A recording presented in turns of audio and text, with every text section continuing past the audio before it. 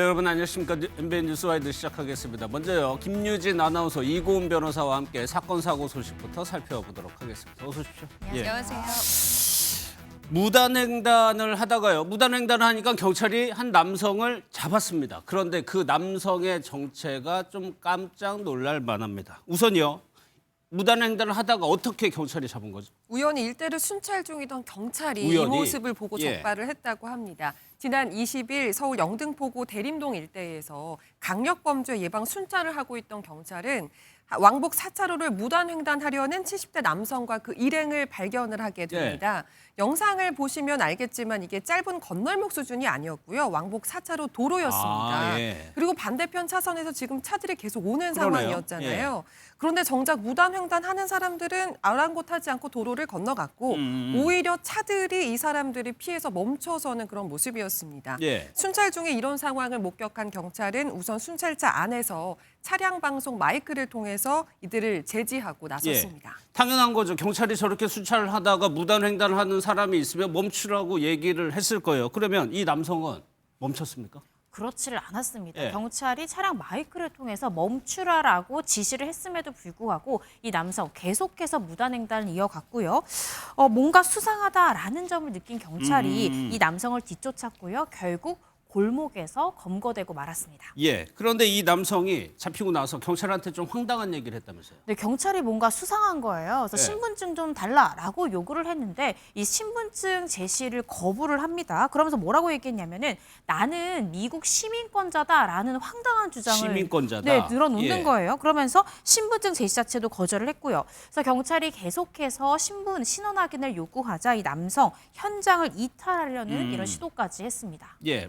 무단횡단하다 걸렸는데 멈추라고 했는데 그냥 가고 신분증 달라니까 이런 엉뚱한 소리를 하고 네. 이유가 있었겠죠. 네, 그럴 예. 만한 이유가 있었습니다. 무단횡단을 한 이 70대 남성은요, 알고 보니까 사기 등의 혐의로 구속영장이 발부된 수배자였습니다. 사기요. 네, 예. 이 남성은 2021년부터 23년까지 무려 292차례에 걸친 사기 행각을 통해서 96억 원 상당의 돈을 가로챈 혐의를 받고 있었는데요. 예. 이런 혐의로 구속영장까지 발부된 상태였는데 1년 넘게 도피 생활을 하다가 무단횡단으로 우연히 경찰에게 검거가 된 겁니다. 예. 경찰은 남성의 신원을 파악한 뒤에 서울중앙지검으로 신병을 인계했습니다. 근데 변호사님, 구속영장까지 발부가 됐는데 이렇게 1년이나 넘게 도피를 하는 게 가능한가요?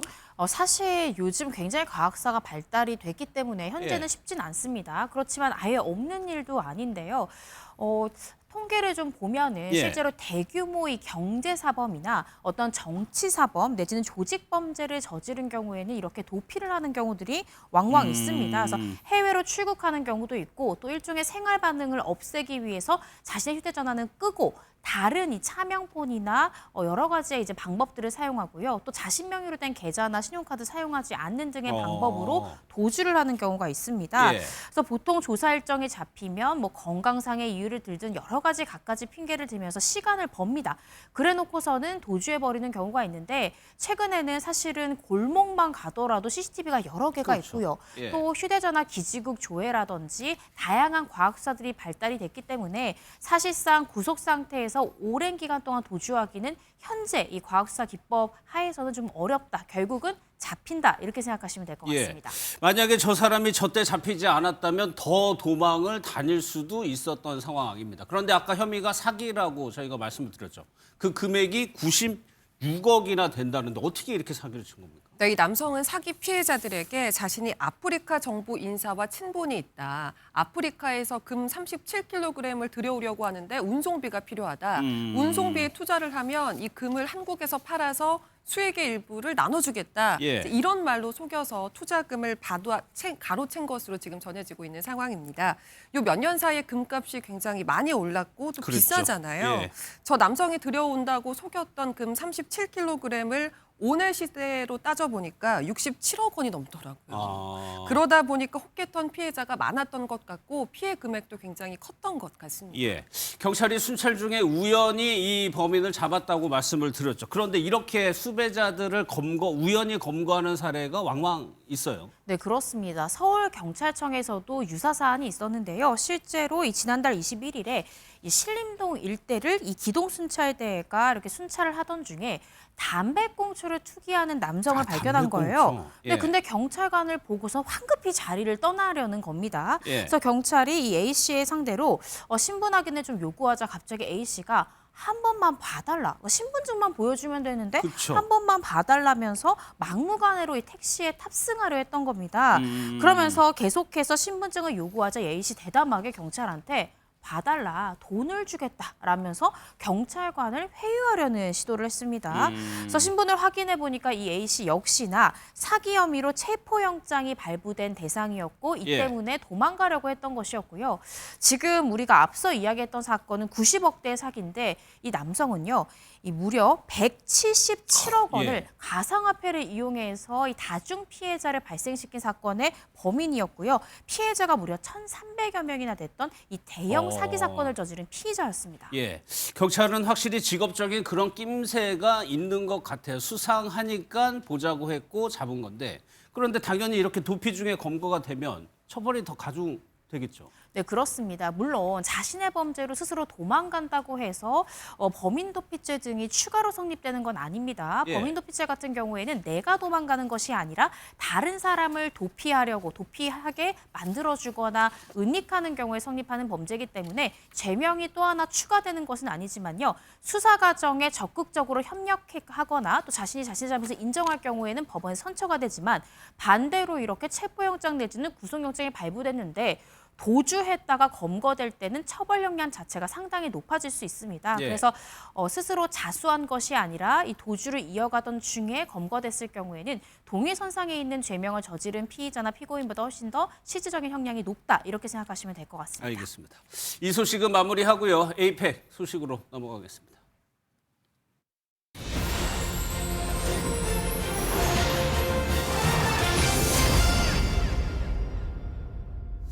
경주 에이펙이 공식 주간 2일차를 맞이하고 있습니다. 정상회의가 사흘 뒤에 열리고요. 당장 내일 한미 정상회담이 예정돼 있습니다. 현장 연결해서 어떤 상황인지 알아보도록 하겠습니다. 강영호 기자, 트럼프 대통령이 내일 경주에 오는 거죠? 네, 그렇습니다. 트럼프 대통령은 내일 김해공항을 통해 입국해 경주로 이동합니다. 곧바로 CEO 서밋 개막식에 참석해 오찬 기조연설을 할 예정인데요. 오후엔 이재명 대통령과 한미 정상회담을 진행합니다. 관세와 안보 문제 등 풀어야 할 현안이 산적한 가운데 그간 양국 강요급이 협의해온 팩트시트에 어떤 내용이 담길지 관심입니다. 트럼프 대통령의 도착을 앞두고 경주에는 한층 삼엄해진 경계가 이뤄지고 있습니다. 조금 전에 트럼프 대통령의 전용 숙소인 힐튼 호텔을 둘러보고 왔는데요. 호텔 주변으로 철제 펜스가 설치됐고 로비엔 가림막이 쳐졌습니다. 또 트럼프 대통령의 전용 경호 차량이 주차된 모습을 확인할 수 있었습니다. 트럼프 대통령만큼 관심을 모으는 게 중일 정상들의 에이펙 일정입니다. 시진핑 주석은 모레 김해공항을 통해 입국하는데 그 자리에서 곧바로 미중 정상회담이 열릴 것으로 보입니다. 다카이치 사나의 신임 일본 총리 역시 모레 도착해 당일 한일 정상회담을 진행하는 방향으로 조율 중인 것으로 전해집니다. 이재명 정부 출범 이후 처음으로 진행되는 한중 정상회담은 에이펙이 끝나는 다음 달 1일 예정돼 있습니다. 지금까지 경주 보문단지에서 MBN 뉴스 강영우입니다. 들으신 대로 트럼프 대통령이 내일 우리나라 경주에 도착을 합니다. 지금은 일본에 가 있습니다. 2박 3일 동안 일본에 머물면서 다카이치 신임 총리와 초밀착 행보를 보이고 있는데 어젯밤에 도착을 해서요. 일왕을 만나고 숨가쁜 일정을 소화하고 있습니다. 영상을 좀 먼저 보겠습니다.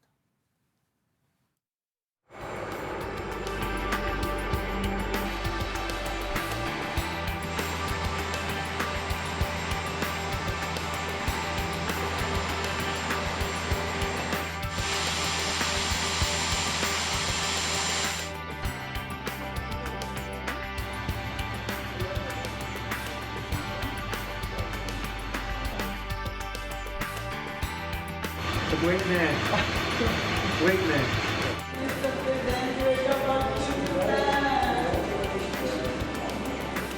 このほか米国から装備品の調達をされるということで、もちろん米国安倍総理に、対するもう長きにわたる友情に感謝をしております。日米同盟の新たな黄金時代をトランプ大統領とともに作り上げていきたいと願っております。 Shinzo Abe was a great friend of mine. We are an ally at the strongest level.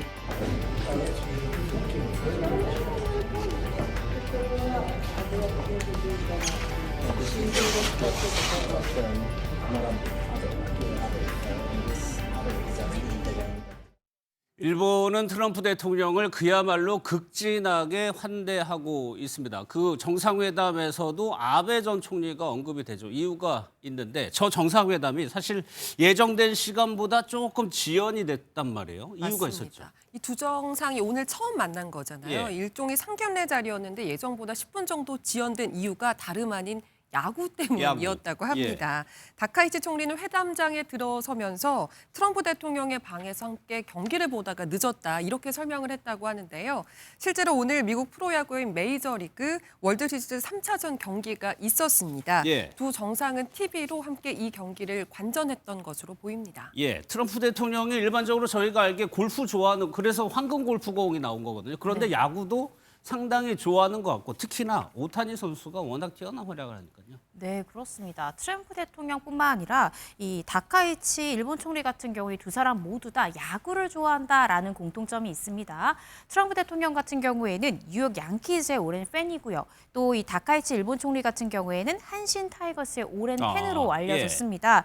말씀 주신 대로 LA 다저스에는 이 우리나라에서도 굉장히 유명한 일본인 이 메이저리거죠. 이 오타니 쇼헤니 선수가 활약 중입니다. 실제로 이 트럼프 대통령도 이 오타니 쇼헤니 선수의 이 실력을 여러 차례 칭찬한 바 있는데요. 이 지난 4월에 LA 다저스 선수단이 백악관에 방문한 일정이 있었는데 이때도 트럼프 대통령이 오타니를 소개하고 악수하면서 그는 작년의 모든 기록을 갈아치웠다. 대단하다라고 칭찬을 했고요. 정말 뛰어나다라고 칭찬을 하기도 했습니다. 예. 뿐만 아니라 이 지난 21일에 열린 백악관 행사에서도 트럼프는 이 내셔널리그 챔피언십 경기에서 일본 선수를 보고 정말 기뻤다 이렇게 말하기도 했는데요. 그러면서 내놓은 평이 오타니 쇼헤니 선수가 타자 역할도 잘하고 또 투수 역할도 그렇죠. 양쪽을 다 잘한다는 특징이 있는데 이 오타니 쇼헤니 선수가 내가 본 최고의 투수 중에 한 명이자 내가 본 최고의 타자 중에 한 명이다라고 극찬을 하기도 했습니다. 뭐 오타니 선수가 워낙 유명하다 보니까 어젯밤에 일왕을 만난 자리에서도 오타니 선수가 언급이 됐어요. 네, 그렇습니다. 이 나루히토 일왕을 만난 자리에서도 이 두 사람의 이 대화 화제는요, 야구로 시작이 됐습니다.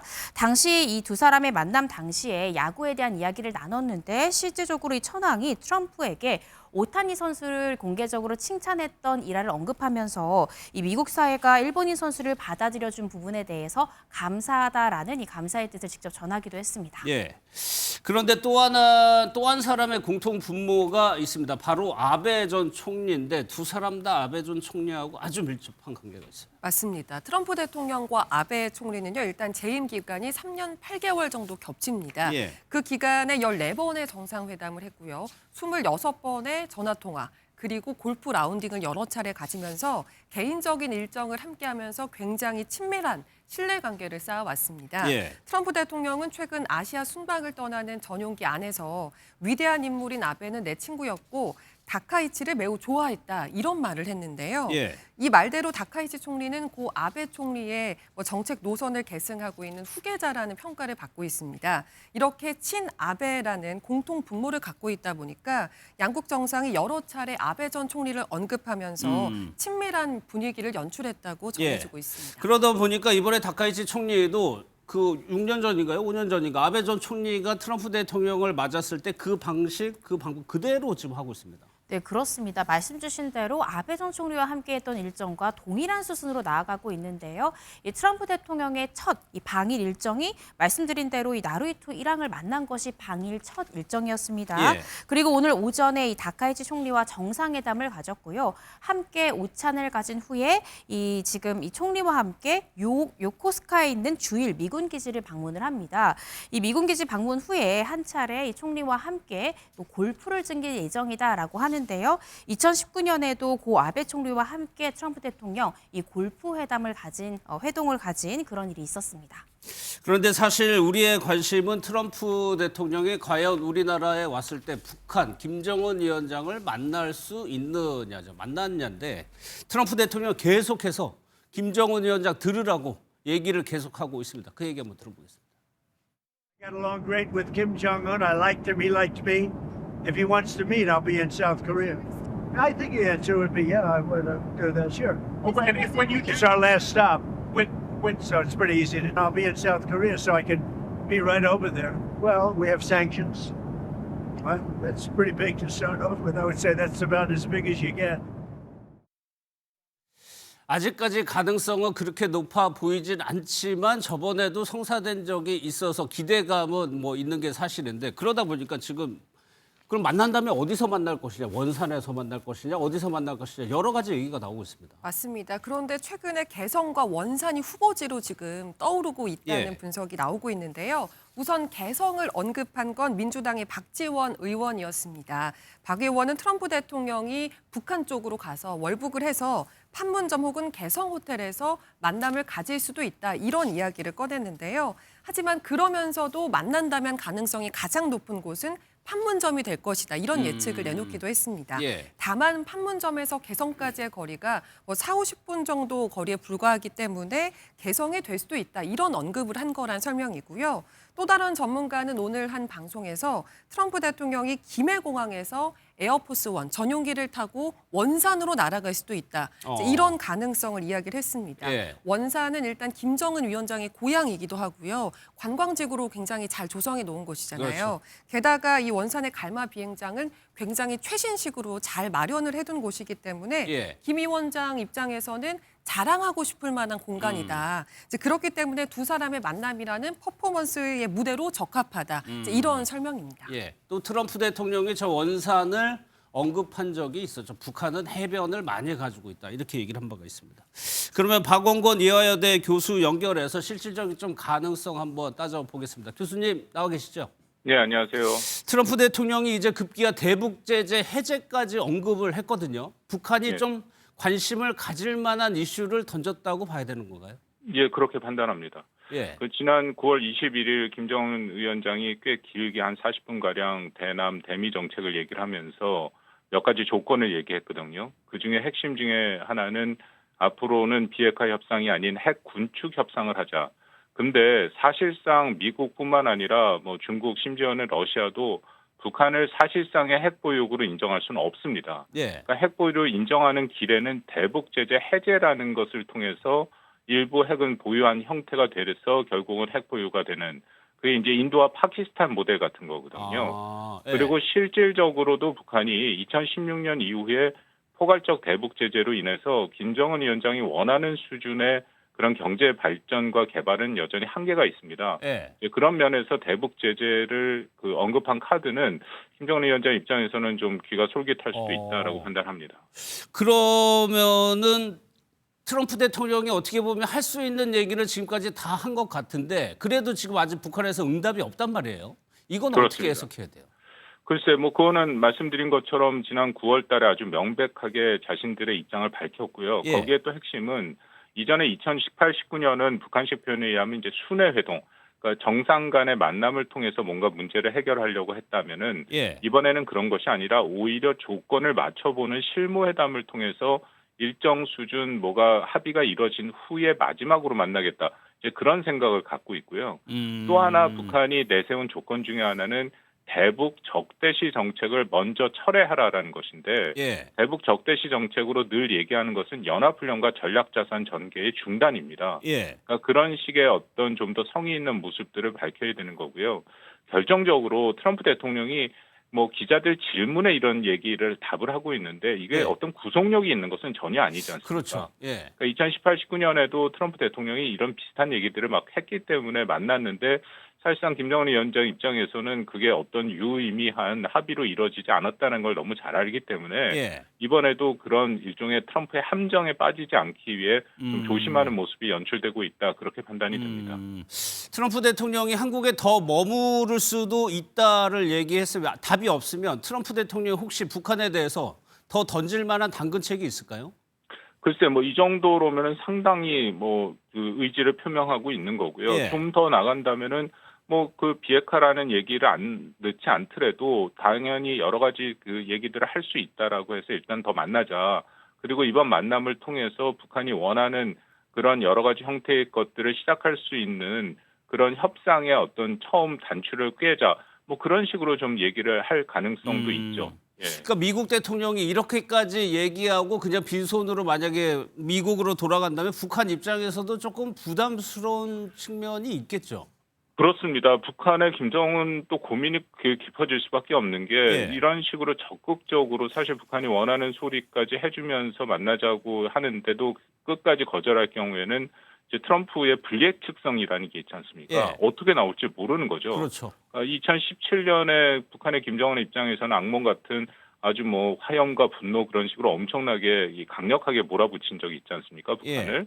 이제 그런 것들이 기억이 날 수도 있는 거고요.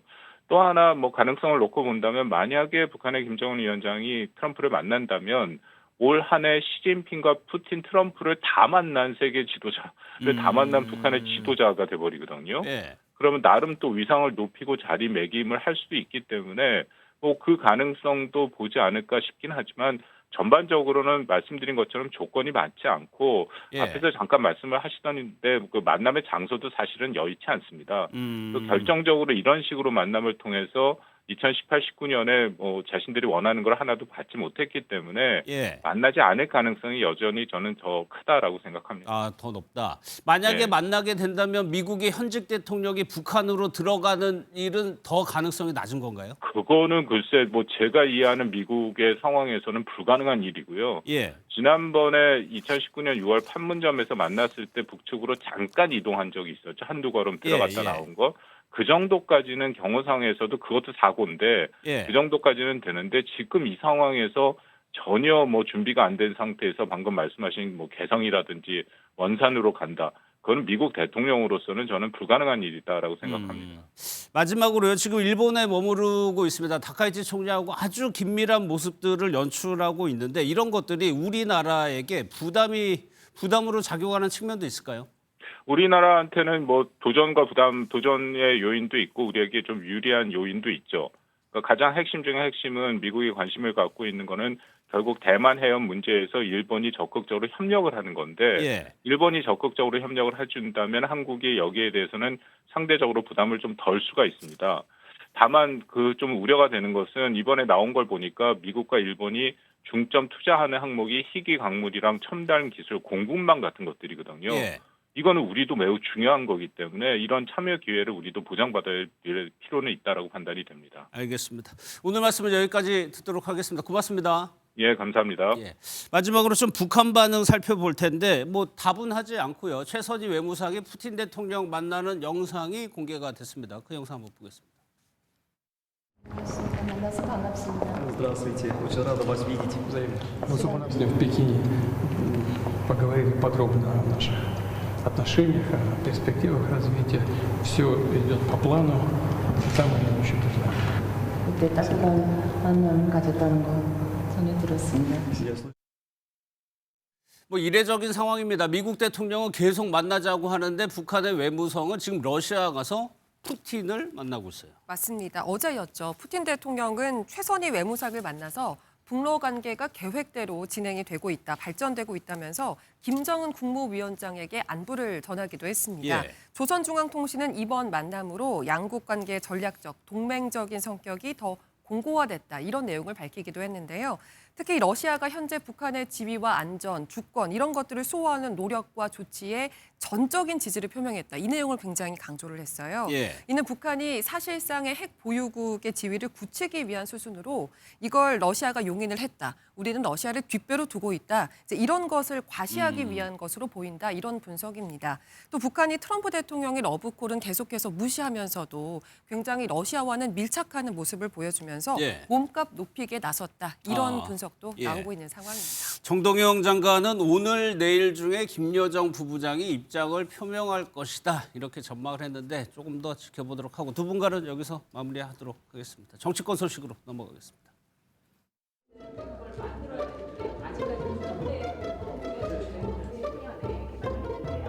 수장고는 벙커에서부터 시작했던 이 좀 약간의 공간적 스토리도 저희가 있고 표시되어 있는 건 정주가 왕세 손으로 책봉될 때 만들어진 어부어책 교명이고요. 앞으로 이제 어떻게 행동을 해야 되고 뭐 이제 이런 내용을 담은 훈유 문서의 성격인 교명까지 같이 지금 되어 있는 일괄 유물로 보시면 됩니다. 수장고도 오래가 있었다고 하더라고요. 왜 그렇게 했는지 저도 궁금합니다. 왜 그랬어야 되는지, 거기 가서 뭘 했는지. 휴장하는 날 가갖고는 멀리서 이렇게 눈으로만 보는 것도 저거는 특혜예요. 그것마저도 특혜예요. 손 하나 까딱 안 해도 지금 공개되지 않은 그 깊은 수장고에 가서 뭐 혼자 있었다, 이런 것들은 이해할 수 없는 부분입니다.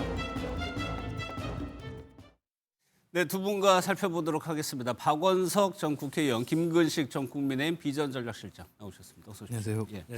저희가 영상을 좀 준비했는데 수장고 얘기입니다. 수장고. 뭐 다들 그러실 거예요. 도대체 왜 가느냐. 그런데 한번 절차를 한번 따져볼게요. 박 의원님, 일단은 저기에 가기 위해서 당일에 바로 연락을 해가지고 내가 가겠다. 그 절차가 그런 식으로 통보가 됐다는 거예요. 불가능합니다. 예. 그리고 저기는 역대 어떤 대통령도 어떤 대통령의 부인도 들어간 적이 없고요. 예. 저기는 전문가들도 출입이 굉장히 제한되는 곳이기 때문에 조선 왕실의 유적을 보관하는 시설 중에도 가장 어떻게 보면 절차가 까다롭고 은밀한 시설이라고 할 수 있고, 예. 왜냐하면 저기에 조선왕조실록부터 시작해서 조선의궤부터 시작해서 각종 우리 조선 왕조와 관련된 국보와 보물이 한 2,000여 점 정도 보관이 돼 있고, 예. 일반에 공개되지 않는, 그러니까 직접은 공개되지 않는 다른 어떤 그 대품이나 가품이나 이런 것들이 공개되는 이제 그런 어떤 그 시설이기 때문에 예. 특별한 그 어떻게 보면은 그 절차가 요구되는 시설인데, 거기에 김건희 씨는 사전 신청도 없이 기록도 남기지 않고 그것도 두 번에 걸쳐서 다녀간 거 아닙니까? 그렇죠. 처음에는 혼자 왔다가 예. 그다음에 이제 윤석열 전 대통령까지 동반을 해서. 그러니까 얼마 전에 김건희 씨 그 경회로 2층에서 민소매 허리에 올린 손 올린 사진이 공개됐을 때 김건희 씨 측 변호인이 특정인을 그 사진 공개자로 지목하면서 적당히 하라. 그랬죠. 예. 이런 표현을 썼는데, 저는 진짜 적당히 했어야 되는 사람은 김건희 씨나 윤석열 전 대통령이 아닌가 싶습니다. 예. 그러니까 있을 수가 없는 기이한 행동들이 계속 일어나고 있다고밖에 달리 평할 길이 없습니다. 예, 말씀하신 대로 그 정도로 중요한 곳이 수장고입니다. 만약에 들어가려면 7개에서 8단계의 잠금 장치를 거쳐야 할 정도로 보안이 철저하게 진행되는 거예요. 그러다 보니까 온다고 했어요. 근데 이거 뭐 고민을 많이 좀 했을 것 같습니다. 근데 왔어요. 그런데 출입 기록을 보니까 출입 기록이 없어요. 그러면 이곳 측에서도 와서 본다는 게 문제가 될 수 있다라고 생각을 했겠죠. 그러니까 노출되지 않게 몰래 갔다 온 거죠. 예. 그러니까 그럴 수 있어요. 대통령의 부인, 영부인이 그 사회, 그 국가에 따뜻하게 도움이 필요한 부분에 대해서 관심을 가질 수 있습니다. 아동 복지라든지 그렇죠. 인권 예. 문제라든지 여성 문제라든지.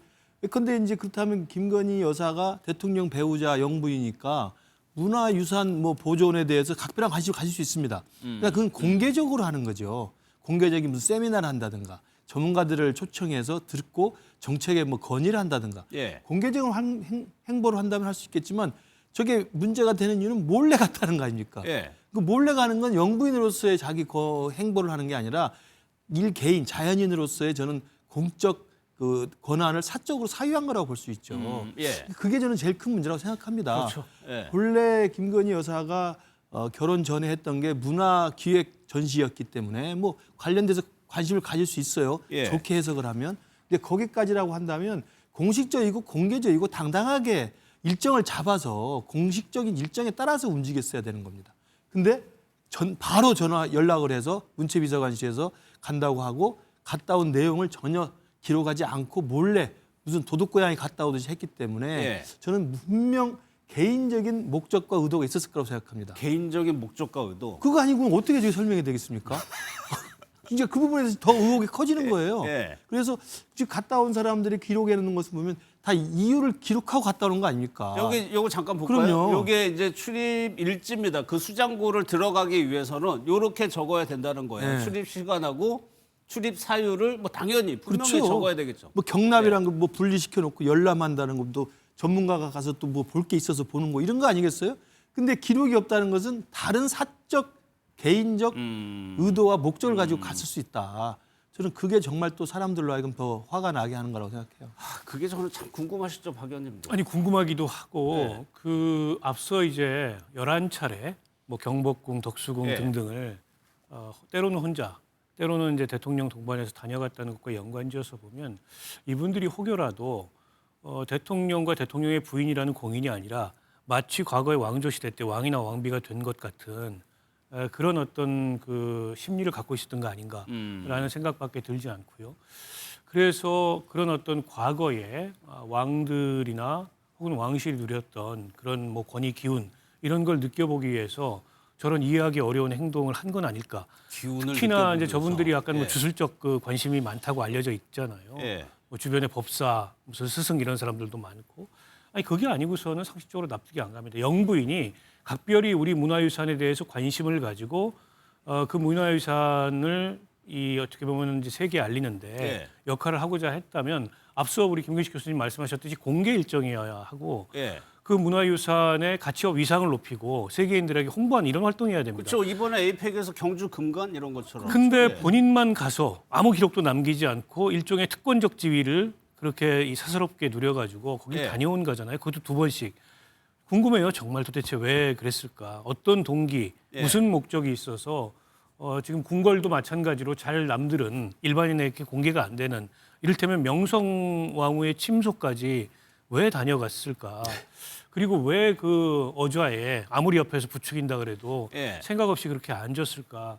그 모든 것들이 정말 이해할 수 없는 기행이라고밖에 달리 예. 얘기하기가 어렵습니다. 그러니까 지금 이렇게 나오는 걸 보면은 단순히 주변에서 권유했다고 해서 앉은 일회성 해프닝은 아닌 것 같다는 생각 들고 그 수장고라는 곳에 도대체 어떤 물품들 우리나라의 국보와 보물들이 거의 다 들어가 있다고 보시면 되는데 조선왕조실록, 조선왕조 의궤, 어진 이런 유물 거의 2천여 점 이상이 거기서 보관을 하고 있는 겁니다. 그러니까 이거는 사실 수장고 저희가 화면 못 보여드리죠. 예. 언론에도 공개된 적이 없는 시설이에요. 그렇습니다. 그러니까 우리가 영화 같은 걸 보더라도 저런 수장고는 개인 수장고도 자기들이 굉장히 소중하게 간직하고 보존하려는 거기 때문에 예. 온도 습도 다 맞추지 않습니까? 보안 장치가 철저합니다.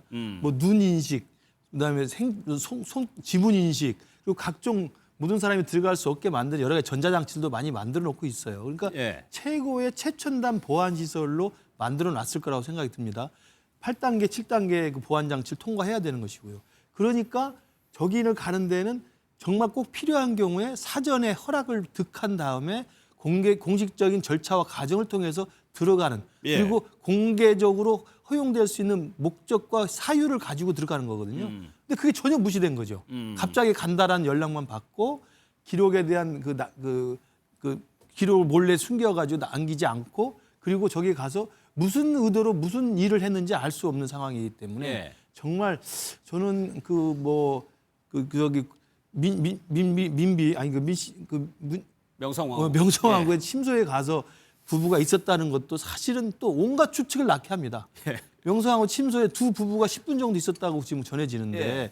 거기서 무슨 일을 했고 무슨 대화를 나눴는지 또 의혹이 생기고 예. 어자에 앉아서 무슨 생각을 했는지 이런 생각하면 정말 그 배우자 영부인으로서 정말 문화유산에 대한 각별한 관심을 가지려면 저런 식으로 하는 건 아니죠.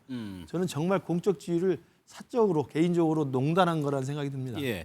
얼마 전에 루브르 박물관에서 보석 훔쳐간 일이 있었죠. 그게 지금 며칠에 걸쳐서 지금 전 세계에 뉴스가 나올 정도거든요. 그 정도로 이 조선시대 유물도 굉장히 소중하게 지키고 있는 겁니다. 서정옥 변호사 뭐 김건희 여사, 윤석열 전 대통령과 가깝다고 분류되는 인사죠. 어떻게 해석을 하고 있는지 한번 들어보겠습니다. 명상호 침소에 들어가서 두 분이 계시고 말이에요. 10분 동안. 근데 예. 그게 뭐 건천궁에 아마 권영합인가? 예. 근데 이걸 막 주술이라고 또 한 분이 있는데요. 예, 이쪽에서. 주술을 안 해요. 예. 그 문화예술 사랑하고는 아무 관계가 없는 의식 수준이란 게 저는 의심이거든요. 거기 제가. 가면 여기 이불이나 예. 또 명상하고 입던 옷도 있잖아요. 예. 이런 데 관심이 많다니까요. 그 좀 보러 간 게 아닌가 이렇게 저는 생각합니다. 정말 문화예술에 대한 사랑이 아니, 대단합니다. 그건 제가 직접 들었기 때문에. 글쎄 뭐 서정욱 변호사도 물어보니까 대답을 했을 텐데 옷이나 이불 이런 거에 관심이 많다. 뭐 미술 관련 일을 했으니까 그랬을까요? 그래도 미술이라는 것도 아주 다양하게 세분화돼 있거든요. 아니 근데 아무리 문화예술을 사랑해도 일반인은 접근할 수 없는 예. 비공개 장소에 저렇게 대통령 부인이라는 특권적 지위를 그것도 비공식적으로 이렇게 활용해가지고 출입하는 게 정당합니까? 결코 정당하지 예. 않죠. 그러니까 지금 앞서 우리가 그 수장고 얘기했지만 왕실 수장고를 재현해 놓은 공간이 있어요. 그 파주에 가면 있거든요. 아, 재현해 놓은 거? 네, 정 궁금하면 거기 가면 됩니다. 근데 그게 아니고 이게 박물관장도 출입하기 어려운 수장고에 저렇게 기록도 남기지 않고 몰래 들어가가지고 예. 관람하고 나온 거를 문화예술 사랑이라고 합리화시키거나 정당화시킬 수 없는 거죠. 누가 봐도 기이한 행동을 했고, 근데 저게 과연 뭐 지금 와서 김건희 씨가 감옥에 구속이 돼 있고 수사받고 있는 처지이긴 합니다만 이걸 가지고 별도로 예. 김건희 씨를 어떤 처벌을 할 수 있을까? 그거는 좀 간단치는 않을 것 같아요. 물론 이게 우리 뭐 문화재 훼손이나 근데 이제 훼손 가서 보고만 온 건 또 훼손이라고 보기가 어렵잖아요. 예. 근데 지금 그 왕실 수장고 같은 경우에는 그 전체가 어떻게 보면 문화재로서 공개되지 않는 지역이고 보통 사람은 접근할 수 없는 예. 그런 지역인데 저기를 저렇게 두 번씩이나 출입한 것에 대해서 국민 정서상으로는 도저히 납득하기가 어렵고 예. 그러나 저게 이제 처벌을 할 수 있는 사항인가에 대해서는 좀 검토가 필요할 것 같아요. 근데 김건희 씨 주변에서 얘기하듯이 이분이 무슨 문화전시 기획자 출신이기 때문에 문화예술 사랑 때문에 저런 일을 벌였다는 거는 그건 뭐 전혀 설득력이 없는 예. 그런 주장이고 변명입니다. 그러면 이렇게 조금 깜짝 놀랄 만한 일을 그냥 그랬나 보다 하고 넘어가야 되는 거냐. 그 일각에서는 지금 직권남용 얘기도 나오고 있는데 특검 수사를 하고 있기 때문에 거기에 다른 혐의를 추가하고 뭐하기가 참 좀 복잡한 상황인 건가요? 그러니까 김건희 여사 본인에 대한 추가 기소가 가능한지는 뭐 법리적 검토를 해야 되겠습니다만 예. 저기를 공식적이고 공개적인 절차, 합법적인 절차와 과정을 무시한 채로 들어갔잖아요. 그럼 저기를 안내한 사람들은 처벌을 받을 수가 있을 거라고 생각합니다. 안내한 사람들. 아까 예. 저기 문화체육 비서관을 통해서 간다고 지시를 했고 거기 같이 수행한 사람이 있었다는 거 아닙니까? 문화재 청장인가요? 그렇기 때문에 그 가서는 안 될 부분을 저렇게 불법적인 방식으로 데리고 간 거기 때문에 예. 뭐 김건희 여사도 처벌할 수 있는지 없는지는 뭐 법리적인 판단이 있어야 되지만 거기에 공무원 자격으로 그러니까 문화재청장이나 문화체육비서관은 공무원 아닌 신분 예, 아니겠어요? 예. 공무원 신분으로 사실은 저렇게 가서는 안 되는 방식으로 또 가서는 안 되는 어떤 절차를 어겨가면서 갔다고 한다면 그건 제가 볼 때 뭐 직권남용이라든지 예. 아니면 어떤 그 권리 방해 같은 것도 가능하다고 생각이 듭니다. 예. 그래서 아마 그 김건희 여사 자신에 대한 추가적 기소는 상관없이 김건희 여사를 데리고 가면서 수행했던 사람과 거기에 관여했던 공무원들은 처벌 가능성이 있을 거라고 생각합니다. 그러면 좀 아이러니한 상황이네요. 이게 정작 그 사람들도 잘못한 게 있으면 물론 처벌을 받아야 되겠지만 더 잘못한 사람이 있는 것 같은데 그게 힘들다고 하다면 일단 저렇게 윤석열 전 대통령과 김건희 씨가 각종 절차나 시스템을 어겨가면서 이제 저런 식의 행보를 하는데 어떤 공무원도 나서서 그에 대해서 안 된다 이렇게 제동을 걸지 그것도 않았다는 게 문제죠. 예. 참으로 심각한 문제라고 생각하고요. 저는 저 시설들에 종사하는 종사자들에게 의무에 없는 일을 강요했기 때문에 윤석열 대통령의 직권남용죄 성립 가능성이 있다고 봅니다. 김건희 씨는 거기에 공범 정도가 되지 않을까 싶은데요. 그러니까 이게 이제 김건희 씨 개인의 기행인 동시에 우리가 김건희 씨를 선출한 건 아니지 않습니까? 그렇죠. 예. 윤석열 대통령을 선출을 했는데 윤석열 대통령이 저렇게 아무런 공적 권한이 없는 부인이 국정을 농단하도록 방치하고 조장했다는 측면에서 예. 가장 문제가 심각한 사람은 윤석열 전 대통령이라고 생각하고 법적 책임도 결국 선출된 공인인 법적 책임을 가지고 있는 윤석열 전 대통령의 어떤 위법 불법 행위의 책임을 묻고 그의 공범으로서 김건희의 책임을 물을 수 있지 않을까 이렇게 예. 생각합니다.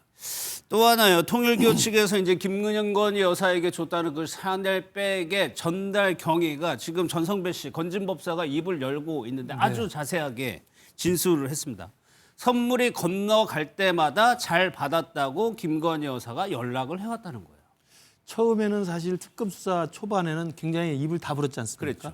그다음에 또 그때는 실물도 검찰 측에서 확보를 못했던 거고, 예. 그러니까 실물도 없고 증거도 없고 그렇기 때문에 아마 본인 스스로 그걸 계속 그 부인을 했었던 것 같은데 지금 실물이 지금 공개가 돼서 확보가 된 상태고 그리고 건진법사 스스로 지금 재판이 진행 중인데 결국 재판에 가면 이게 수인의 딜레마 게임처럼 본인의 형량과 그 형량의 양형에 대해서 관심이 갈 수밖에 없거든요. 내 생각을 하게 되는 그렇죠. 거죠. 자기가 그러면 좀 벌을 덜 받는 방향으로 그리고 벌을 벗어날 수 있는 방향으로 진술을 맞출 수밖에 없는 상황이어서 아마도 건진법사 전성배 씨 같은 경우는 지금 상황에서는 재판에 임하는 이후에는 있는 그대로 사실을 좀 굉장히 상세하게 말을 하는 것 같습니다.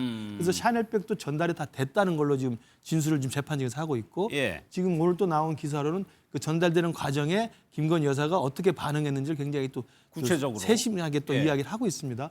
그런 걸 보면 다른 건 몰라도 이 샤넬백과 그 목걸이 같은 거 통일교 측으로부터 전달받아서 김건희 측에 전달한 이 내용들에 대해서는 굉장히 자세한 내용이 법정에서 상세하게 설명이 되지 않을까. 그래서 김건희 여사 측으로는 굉장히 불리한 지금 예. 진술들이 나오고 있는 것을 보입니다. 그러니까 전성배 씨 입장에서도 잃어버렸다고 했다가 진술을 바뀐 거기 때문에 진술의 신빙성을 따져봐야 되는데 내용이 상당히 구체적이에요. 또 하나 뭐가 있냐면 김건희 여사가 처음에는 선물을 받는 걸 꺼려했다는 거예요. 그런데 횟수가 좀 반복되다 보니까는 쉽게 받기 시작했다는 거거든요. 그 일종의 생리죠.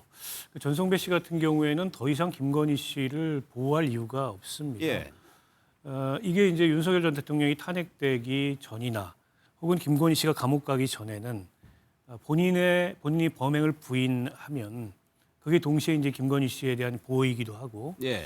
그로 인해서 이게 시간이 지나면 본인에게 좀 유리한 쪽으로 그 상황이 흐를 수 있지 않을까 이런 기대도 했음직한데 이제 뭐 그럴 가능성이 없어졌지 않습니까? 그러니까 결국 전성배 씨로서는 자기 형량을 줄여야 되고 예.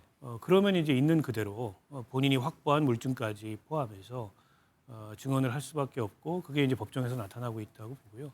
그러니까 김건희 씨는 뭐 요 사실 관련해서도 전 국민들 앞에서 거짓말을 한 겁니다. 법정에서 거짓말을 한 것뿐만이 그렇죠. 예. 아니라 예. 그러면 김건희 씨와 관련된 지금 각종 의혹들이 지금 특검에서 수사하고 있는 혐의만 16가지인데 예. 김건희 씨 측에서 나온 그 주장을 뭐 하나 믿을 수 있을까라는 생각이 안 들 수가 없어요.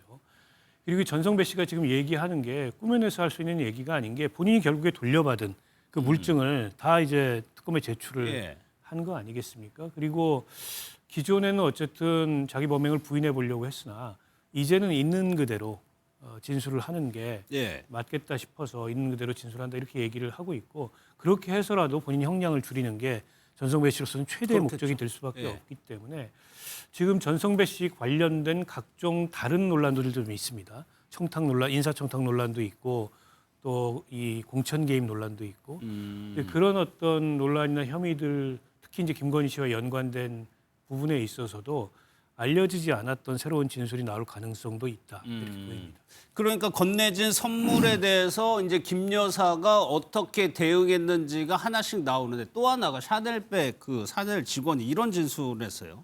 가방을 교환하러 이제 온 사람이 마치 스캔하듯이 전화기를 이렇게 돌려서 했다. 이거는 영상 통화를 얘기하는 그렇죠. 거거든요. 그 상대방이 김 여사일 김건희 것이다. 예. 그러니까 저희들도 그런 경우를 아마 경험을 해보셨을 겁니다. 예. 우리 가족 무슨 선물을 사주기 위해서 예, 마트 갔을 때. 마트나 백화점 예. 갔을 때 제가 원하는 것보다는 그 선물을 받는 사람이 원하는 것을 찾아줘야 될 거 아닙니까? 그러면 이게 요즘에 폰이 좋으니까 폰으로 영상 통화를 하면서 보여주거든요. 그게 가장 확실하죠. 그럼요. 이거 네. 어떠냐, 어떤 게 마음에 드느냐 이렇게 물어보는 건데 아마 그런 모양새가 지금 이루어진 것 같아요. 그러니까 지금 전성배 씨가 말한 것처럼 받은 샤넬백을 백 2개와 운동화로 바꿨다는 과정에서 그 김건희 씨 측의 어떤 심부름을 했던 사람이 본인이 김건희 씨가 당사자이기 때문에 예. 김건희 여사에게 맞는 기호에 맞는 것을 확인하기 위해서 영상 통화를 하면서 계속 통화를 했던 게 아닌가. 예. 지금 그 매장의 지금 직원의 진술에 따르면 그렇기 때문에 상당히 구체적인 진술이 지금 그렇죠. 나오는 것이어서 예.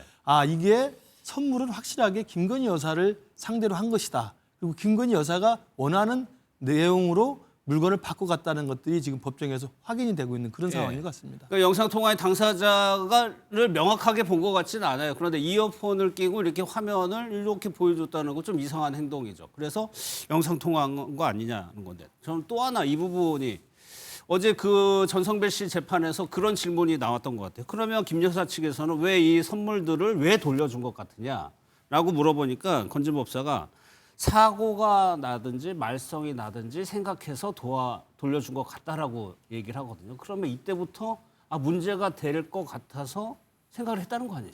그 돌려준 시점이 2024년 초입니다. 예. 근데 그 시점에 김건희 씨가 그 최재형 목사로부터 디올백 받은 논란이 커져가지고 정치적으로 굉장히 곤경에 처해 있던 상황이었어요. 그리고 한동안 이제 활동을 중단했지 않습니까? 예.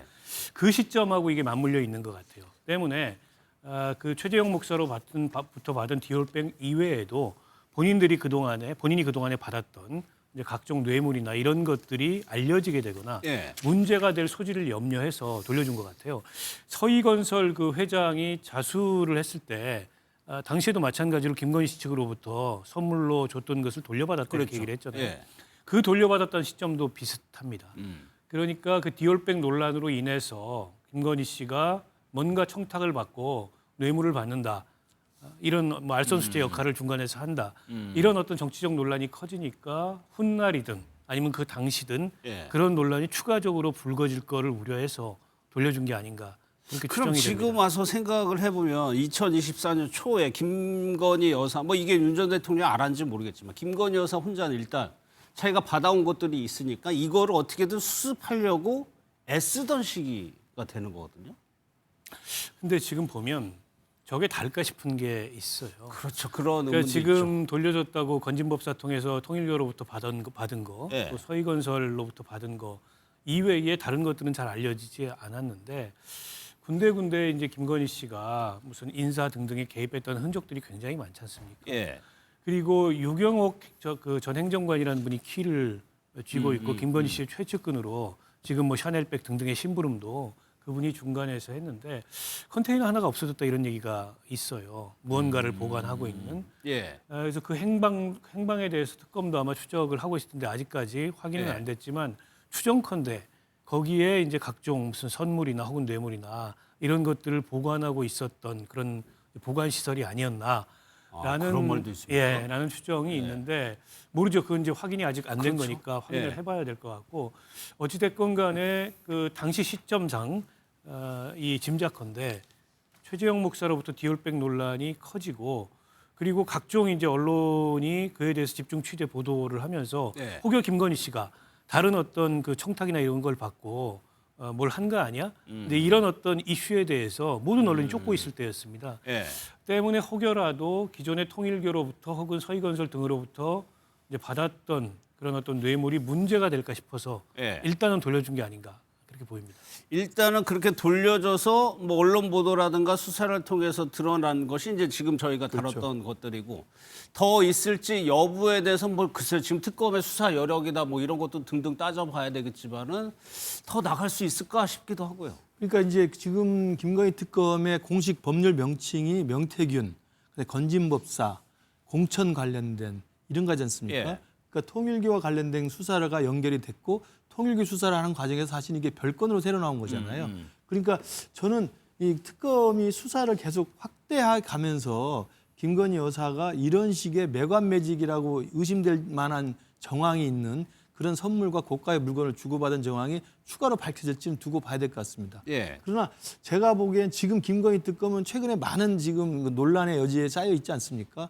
그 조사를 받던 분이 그런 극단적 선택을 한 것으로도 논란이 됐었고 김건희 특검의 민중기 특검 본인 자체가 과거에 이른바 주가 조작과 관련했다는 논란이 또 한복판에 있는 예. 것이고 그런 등등이어서 지금은 별건 수사를 해서 이것들 좀 전선을 넓혀가지고 지금 뭐 하는 것보다는 본류에 특검은 법률로 통과시킨 특검이에요.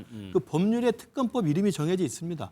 그 사안들이 정해져 있고 수사할 수 있는 그 이슈들이 다 정해져 있습니다. 예. 그래서 지금 얼마 남지 않은 특검 기간이라고 한다면 이제는 본류의 사건에 정리하는 집중해서 거. 예. 그리고 이제는 마무리할 때입니다. 예. 그래서 그런 부분들을 좀 무리하지 않게 정리해가는 저런 그 특검이 좀 돼야 된다고 생각을 하고요. 물론 그렇지만 그런 과정에서 김건희 여사의 이런 고가의 물건을 수수하고 주고받으면서 어떤 대가를 지불한 이런 식의 정황이 있다면 당연히 수사를 해야 되겠죠. 예. 그러나 그런 것들을 쫓기 위해서 본류를 놓쳐서는 안 된다. 이런 말씀도 분명히 드리고 너무 과도한 집착에 빠져서 지금 논란이 되는 것처럼 스스로에게 특검의 정당성을 이렇게 훼손해가는 그런 일들은 좀 신중하게 좀 잘했으면 좋겠다고 생각합니다. 알겠습니다.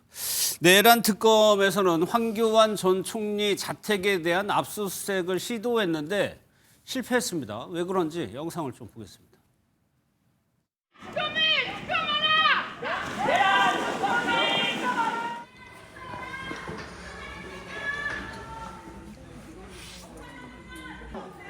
한동안 되고 싶어서 연락이 안 되고 있어요. 전화도 안 받으시고요. 네. 안 나오시고요.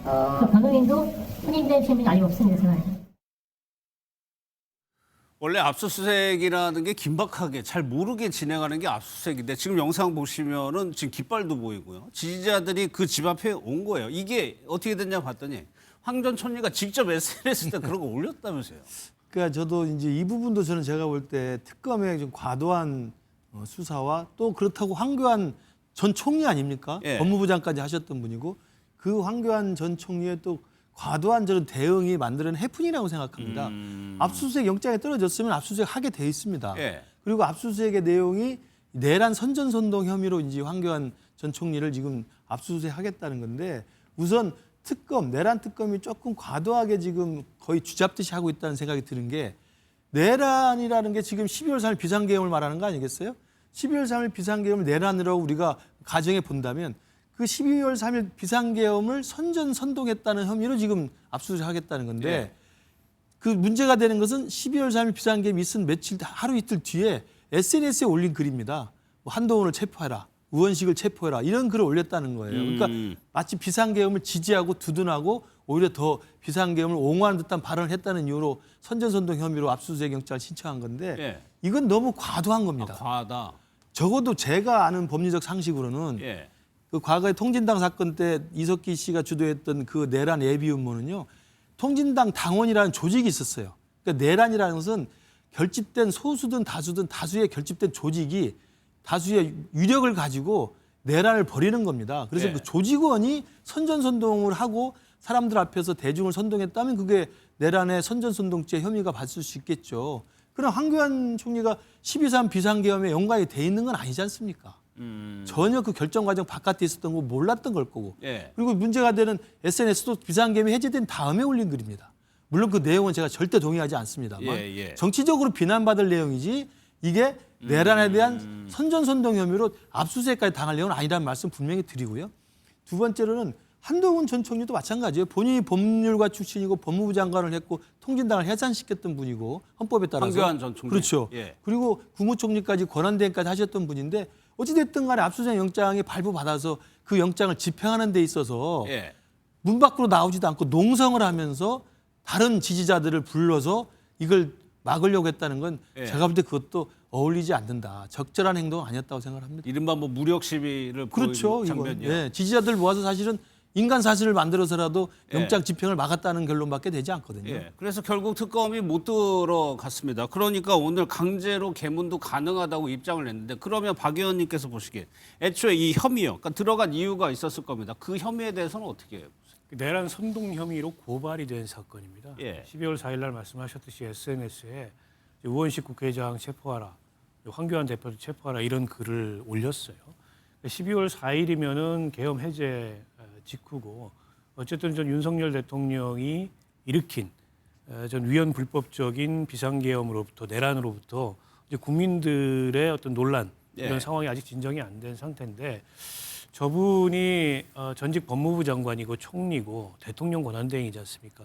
지금 어떤 특정 정당을 대표한다거나 정치적 위상이 뚜렷하지 않다고 하더라도 이력을 본다면 그런 분이 저런 글을 올리는 건 매우 부적절했고요. 예. 그에 대해서 이제 고발이 들어와서 특검이 고발 사건까지 수사를 하다 보니까 일종의 수사 절차의 하나로서 압수수색이 진행된 게 아닌가 싶어요. 저게 뭐 그다지 심각한 압수수색이 저는 아니었다고 보는데. 예. 근데 전직 대통령 권한대행까지 지낸 더군다나 평생을 법률가로 살았던 검사 출신의 이 전 총리가 저런 식으로 또다시 지지자들을 격동시켜서 집 앞에서 물리력으로 특검의 압수수색을 합법적으로 발부된 영장을 예. 저렇게 집행을 맡고 있는 저 자체가 과연 황교안 전 총리는 그 전 대통령 권한대행이자 법무부 장관의 자격이 있는 분인가라는 생각이 들지 않을 수 없고요. 저분이 여전히 저 압수수색 거부 말고도 지금 대한민국의 선거는 총체적 부정선거다 이 주장을 끊이지 않고 예. 하고 있고 그와 연관돼서 무슨 중국 정부 개입설부터 시작해서 각종 검증되지 않은 황당한 음모론을 유포하는 그런 진원지가 되고 있어요. 지난 예. 대통령 선거에 출마해서도 이제 그런 식의 음모론을 가지고 선거 캠페인을 했었는데 어쩌다가 황교안 전 총리가 저렇게까지 갔는지 단 한편으로는 안타깝기도 하고 한편으로는 도무지 이게 그 상식이 있는 그런 저분의 이제 전직을 감안한다면 그런 행동으로 보이지 않습니다. 예. 그래서 오늘 특검이 뭐 강제 개문도 가능, 압박도 하고요. 법률가라는 걸 강조하면서 본인이 좀 스스로 판단을 해달라는 취지로 회유도 하고 제시도 한다고 그랬거든요. 들어가야 된다고 보세요. 아니 특검의 수사 대상이 된 그런 피의자들이나 이런 분들이 다 저런 식으로 저항할 수도 있잖아요. 예, 예. 더군다나 황교안 전 총리처럼 이제는 어떤 제도권에서의 영향력은 잃었지만 제도권 밖에서 특정 소수 그런 강경 지지 세력들로부터 여전히 저렇게 뭐 지지를 받고 따르는 사람들이 있는 분이 저런 식의 이제 언행을 한다는 거는 사실은 이제 국가 공권력이라는 차원에서 보면 심각한 문제가 아닐 수 없죠.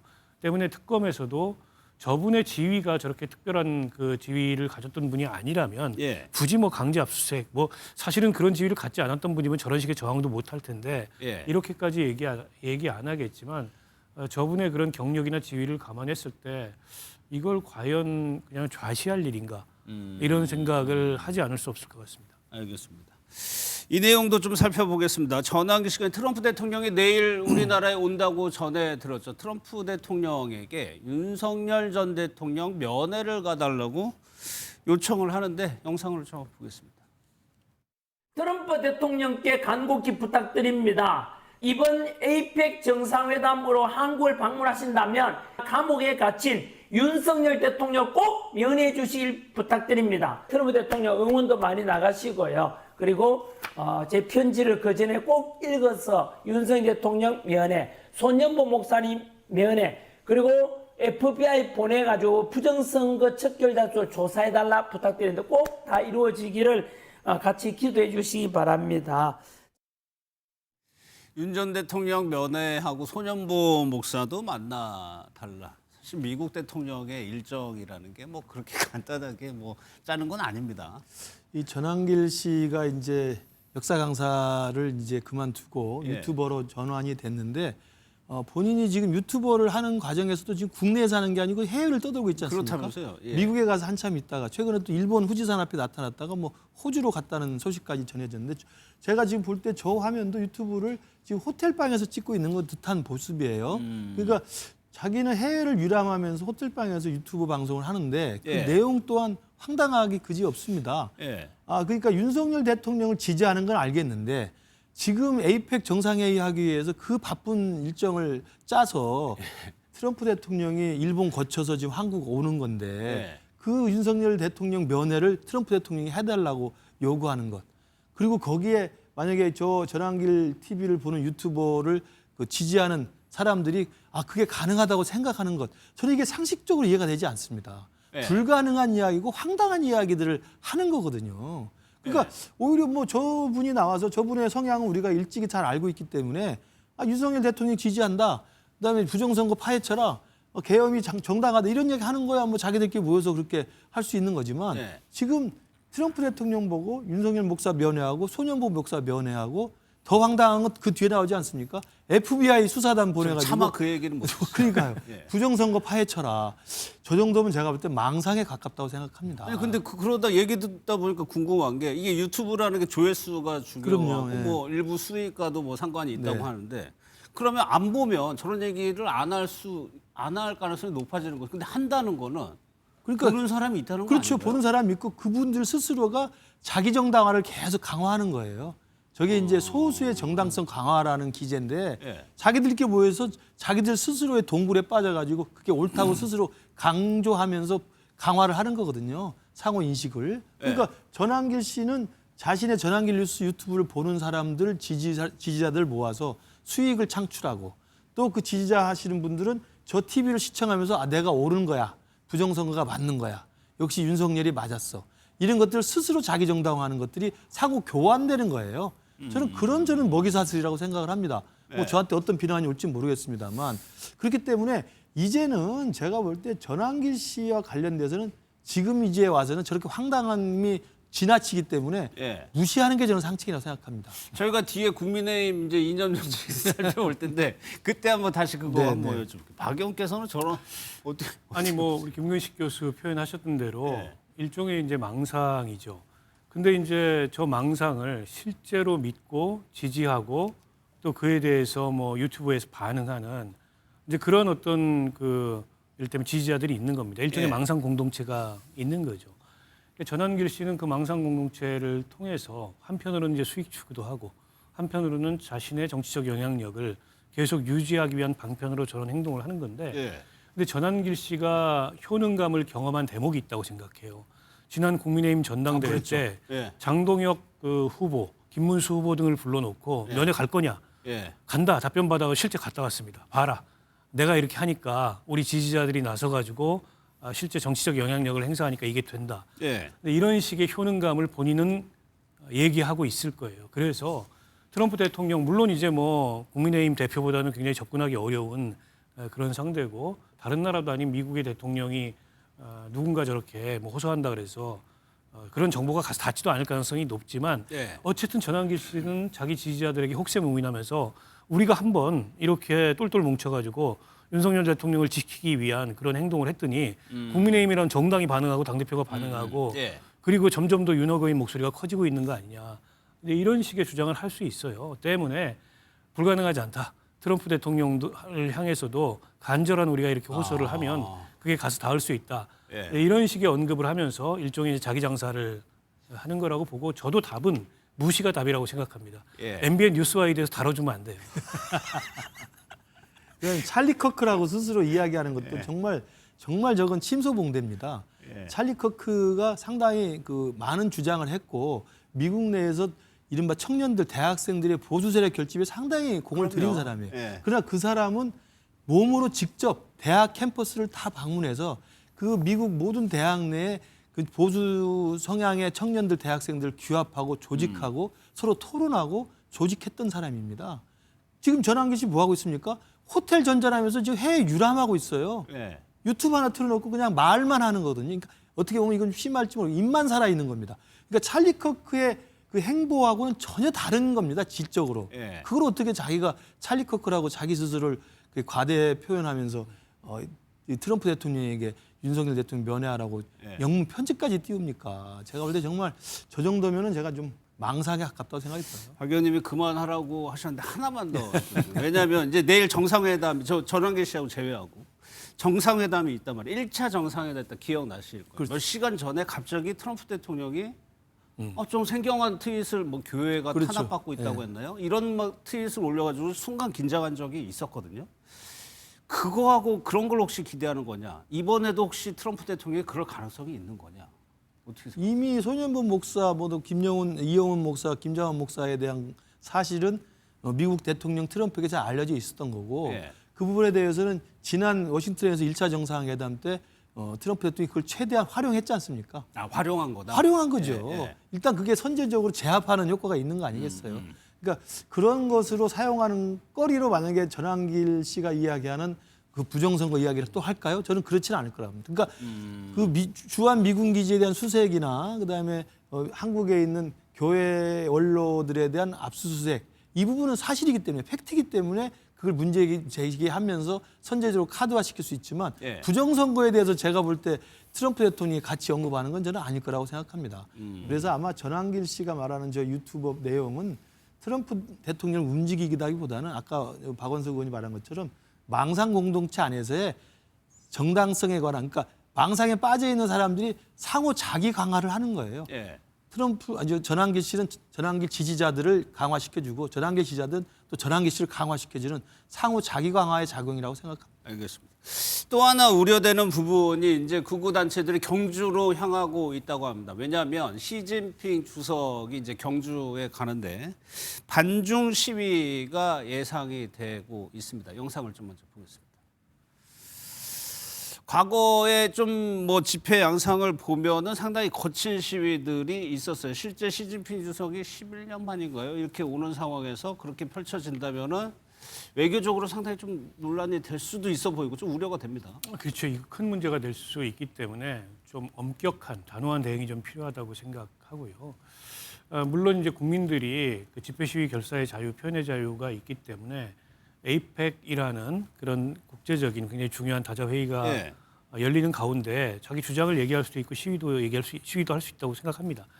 그러나 이게 이번에 이제 보수단체들이 주도하는 이런 협중 시위처럼 국익에 부합하지 않을 뿐더러 예. 근거도 없이 특정 국가를 비난하고 혐오하는 이건 우리 국격의 문제일 수도 있거든요. 때문에 저건 저는 방치하면 안 된다고 생각하고요.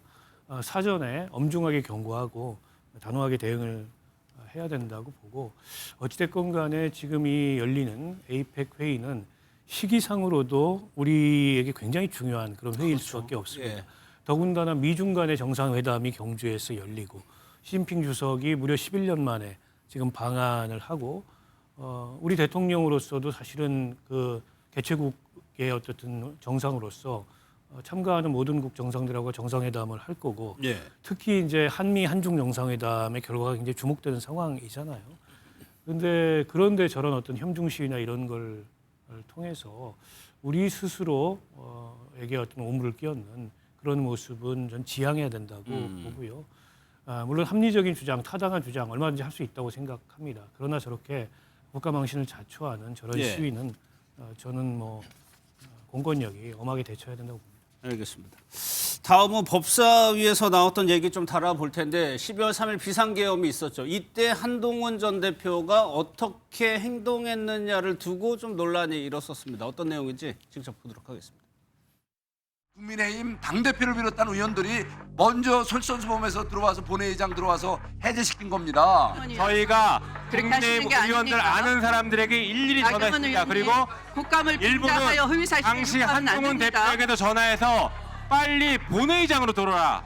본회의장으로 들어와서 표결을 같이 해야 된다라고 설득해서 표결을 해서 계엄을 해제하는데 주도했다는 것은 명백하게 거짓말입니다. 우리 여당 대표가 여당 우리 같은 그 대통령이 선포한 이 계엄에 대해서 막겠다라고 선언을 했습니다.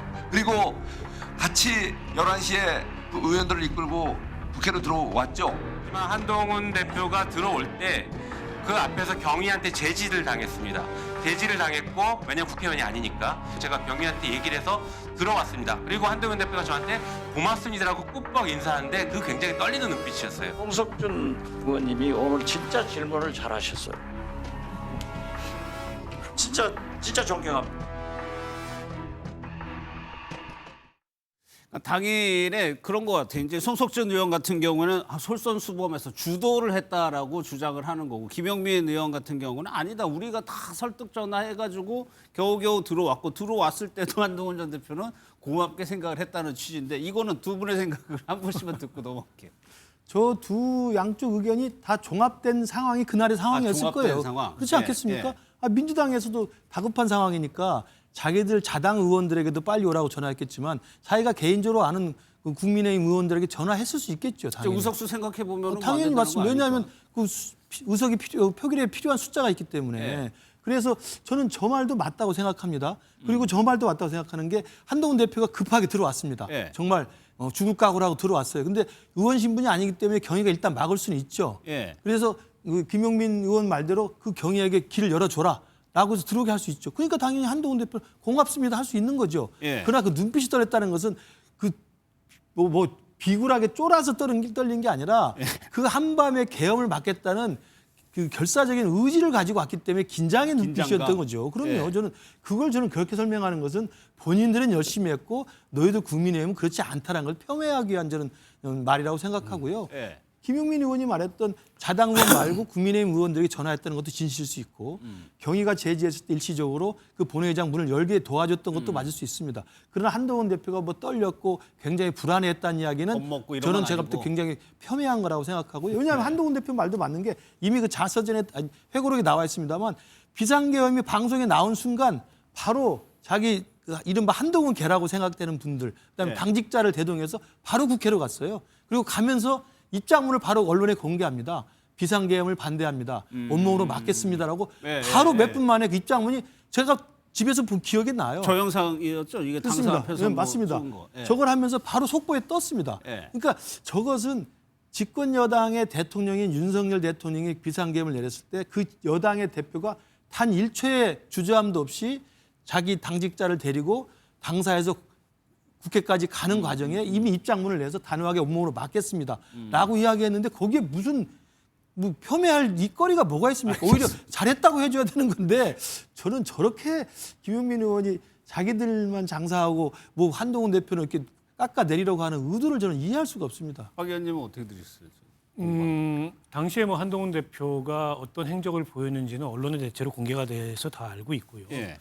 야당 대표도 아닌 여당 대표가 어쨌든 비상계엄 선포 직후에 그 즉시 위헌 불법적인 계엄이고 국민과 함께 막겠다라고 선언한 건 굉장히 중요한 정치적 결단이에요. 예. 그리고 본회의장으로 물론 뭐 다수의 당시 여당 의원들이 함께하지는 못했지만 어쨌든 뭐 십수명의 의원들이 들어가서 계엄 해제 표결에 참여한 것도 국민의힘을 내란 정당, 위헌 정당이라고 그나마 낙인 찍히지 않도록 만드는 중요한 어쨌든 그 방어 기제가 지금도 저는 되고 있다고 생각하거든요.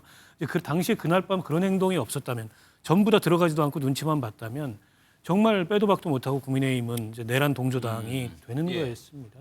때문에 저는 그걸 폄훼할 필요는 없다고 생각해요. 그리고 이제 한동훈 전 대표가 국회의원이 아니기 때문에 당의 본회의 일정 출입이 자유롭지는 않고 여러 민주당 의원들이 어쨌든 한동훈 전 대표를 내가 들어오게 했다 이렇게 또 얘기를 해요. 박주민 의원은 또 박주민 의원대로 그런가요? 그렇게 얘기를 하고 그러나 당시에 이제 본회의장 밖에 있으면 좀 위험하기도 했고요. 그랬죠. 예. 그리고 당시 야당 입장에서는 여당의 대표가 소수의 의원들이지만 함께 계엄 해제를 하겠다고 온 게 반가웠을 거예요. 예. 당시에는 굉장히 동지적인 분위기가 있었을 겁니다. 근데 지금 와서 이제 또 여야 간에 갈등이 격화되고 이해관계가 다르니까 당시 12월 3일 밤에 서로의 역할에 대해서 조금 폄훼하는 경향이 있는데 한동훈 전 대표도 그런 얘기를 해요. 내가 이재명 대표보다 먼저 왔다. 그리고 네, 당시 국회의장이 네. 그렇게 표결을 뒤로 미루고 했던 거는 결국 이재명 대표 들어올 때까지 기다려준 거 아니냐. 이런 말씀을 하시는데 저는 그 말씀도 별로 그렇게 중요한 문제 아니라고 생각하고 누가 먼저 누가 늦게 오고가 그렇게 중요합니까? 그리고 어쨌든 우원식 의장은 모든 절차가 하자 없이 어떤 나중에 절차적인 꼬투리가 잡히지 않도록 예. 충분히 절차적 완결성을 기해서 계엄 해제 표결을 실패 없이 단 한 번에 하기 위해서 신중을 기했던 거기 때문에 그걸 두고 무슨 이재명 대표를 기다려서 그렇게 했다라고 얘기하는 것도 이러면 이제 계속 이런 식의 우리가 잘했다는 시비거리가 되니까 서로 좀 자중할 필요가 있다는 생각이 듭니다. 알겠습니다. 다음은 이제 지방선거 좀 살펴볼 텐데 장동혁 대표가요 지방선거를 언급하면서 이념을 강조했습니다. 그 발언부터 좀 보겠습니다. 내년 지방선거를 반드시 이겨야만 합니다. 내가 아니면 안 된다가 아니라 누구라도 싸워 이길 수 있는 전사를 내보내서 반드시 우리가 자유민주주의가 그리고 법치주의가 승리해야만 합니다. 이길 수 있는 사람, 싸울 수 있는 사람을 내보내서 이겨야만 합니다.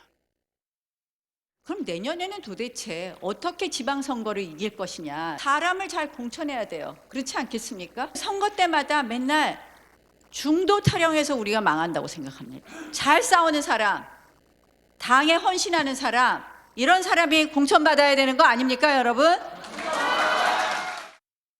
당대표뿐만 아니라 지방선거 총괄 기획단장 나경원 의원의 얘기를 들었는데 일단 김구주 실장님, 일단 이 표현만으로도 명확해요. 제2의 건국 전쟁이라는 표현을 썼습니다. 이거는 뭐 이 단어만으로도 명확한 노선이거든요. 그러니까 이제 이념을 강조한다기보다는 네. 지금 이재명 정부 출범한 지 뭐 넉 달이 지났습니다만 법치주의가 위협받고 있는 건 뭐 국민들이 많이 느끼고 있고요. 네. 그리고 이른바 사법의 독립이라는 것들이 지금 계속 훼손당하고 있는 것도 다 이해하는 부분이고, 그래서 법치주의와 사법부의 독립, 자유민주주의라고는 이 시스템이 위협받고 있다는 저는 문제의식을 저는 강조하는 데는 저도 이해를 합니다. 예. 이제 그렇게 하기 때문에 야당으로서 그걸 국민들에게 호소하고 그러한 법치주의 훼손과 자유민주주의를 수호하겠다는 국민들의 지지를 받는다는 면에서 그걸 제2의 건국전쟁으로 저는 은유적으로 표현했다고 생각이 들고요. 저게 아마 지금 나와 있는 뭐 제2의 건국전쟁 이야기를 아마 염두에 든 듯합니다만 예. 맥락으로는 지금 우리 많은 국민들이 우려하는 민주당의 입법 폭주, 사법부 독립에 대한 훼손 예. 이런 것들을 우려하는 거라는 생각으로 좀 이해를 해 주시면 좋을 것 같고, 다만 제가 우려하는 것은 예.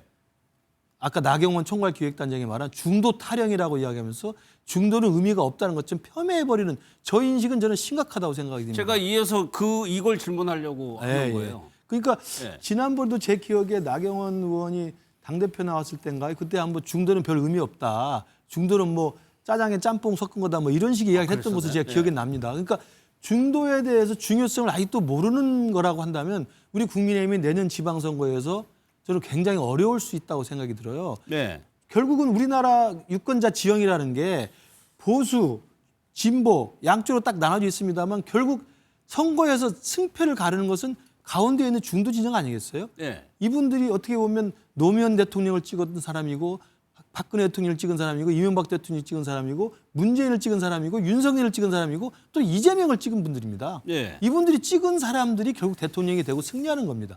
그래서 중도의 마음을 어떻게 우리가 가져오느냐, 확보하느냐가 결국 선거의 관건인데 중도는 의미 없다라고 이야기하면 결국 30%대의 보수층만 끌어안고 가겠다라는 전략이라고 한다면 100점 100패죠.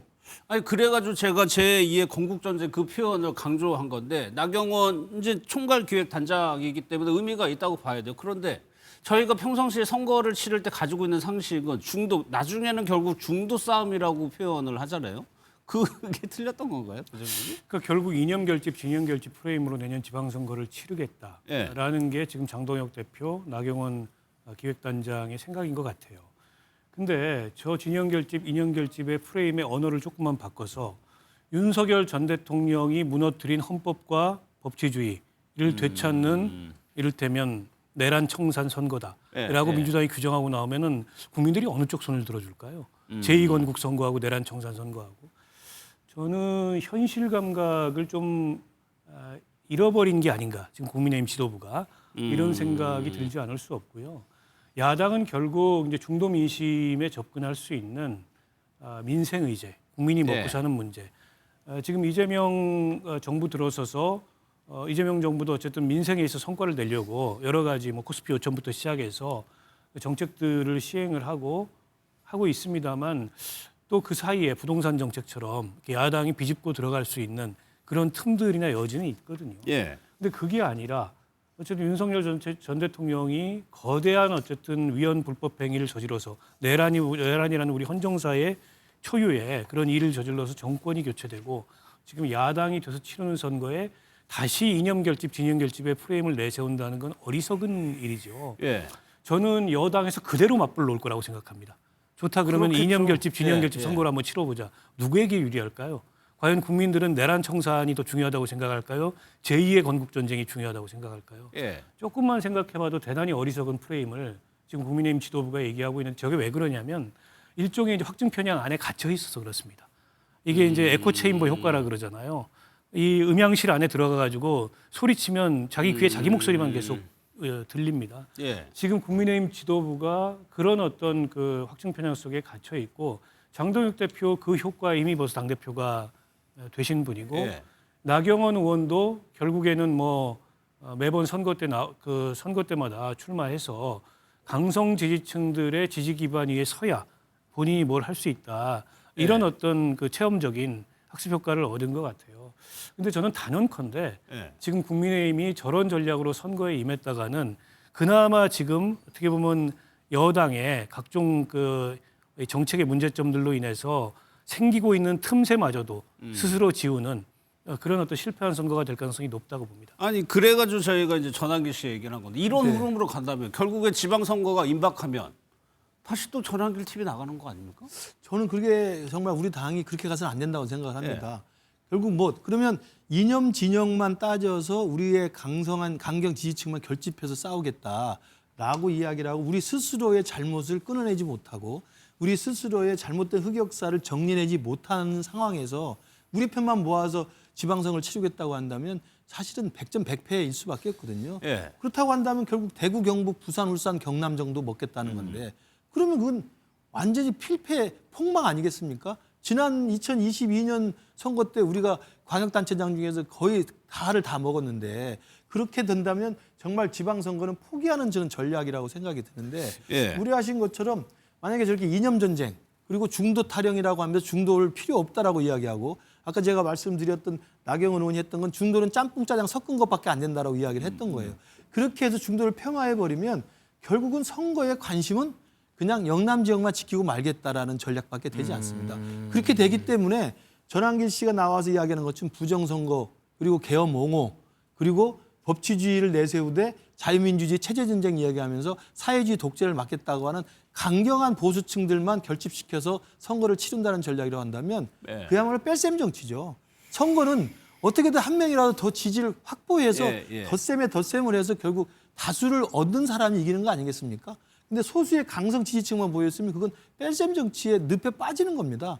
그런 면에서 보면 제가 뭐 전당대회 나가서도 전환길 씨랑 그런 논란을 겪었습니다만은 정말 지금 우리 당이 지방선거를 앞두고 지금 이재명 정부가 무능하고 또 여러 가지 논란거리 속에서 법치주의를 훼손하는 듯한 국민적 불안을 야기시키고 있다고 한다면 이걸 야당에 대한 지지로 옮겨올 수 있는 야당 스스로의 변화와 혁신이 필요한 겁니다. 근데 여전히 그냥 윤어게인 부정선거, 계엄옹호의 세력에 얹혀 있다고 한다면 저는 우리 당에도 지방선거에 대해서는 굉장히 힘든 싸움이 될 거라고 생각합니다. 이러다 보니까 뭐 국민의힘에서 중도 개혁적으로 분류되는 그럼 한동훈 전 대표는 아예 배제되는 거 아니냐. 뭐 말을 기준으로 적용을 하면 그렇게 될 수밖에 없는 건데 다양한 얘기들이 또 정치권에서 나오고 있는 것 같습니다. 한번 들어보겠습니다. 정치는 뭐 미리 정해진 게 아니니까 얘기할 수 없으면 저는 지금 현재 제가 밖에서도 얘기했지만 지방선거 출마 생각은 없습니다. 아니, 너무 성급하게 얘기하시는 거 아니에요? 상황 바뀔 수 있는데? 상황 저를 보셔왔지만 저는 뭐 제 생각을 그때 생각을 솔직하게 말하는 편이니까요. 장동혁 대표가 과연 한동훈 전 대표에게 공천을 줄까? 그게 제일 중요한 문제인데 과연 그럼 당이 이런 상태로 계속 지속이 될 건가? 아니면은 국민들한테 또다시 사랑을 받기 위해서 제 세력들이 다 모여서 뭔가를 만드느냐 뭐 이런 것들에 대해서는 전체적으로 우리 당뿐만 아니라 주변에 있는 세력들이 다 같이 생각해야 될 문제라고 봅니다. 지방선거에 나갈 생각이 없다. 그게 현재 생각이고 또 이게 지방선거를 했잖아요. 제가 알기로 이게 보궐선거 국회 부산 쪽에 알아보고 있다. 보궐선거. 그래요?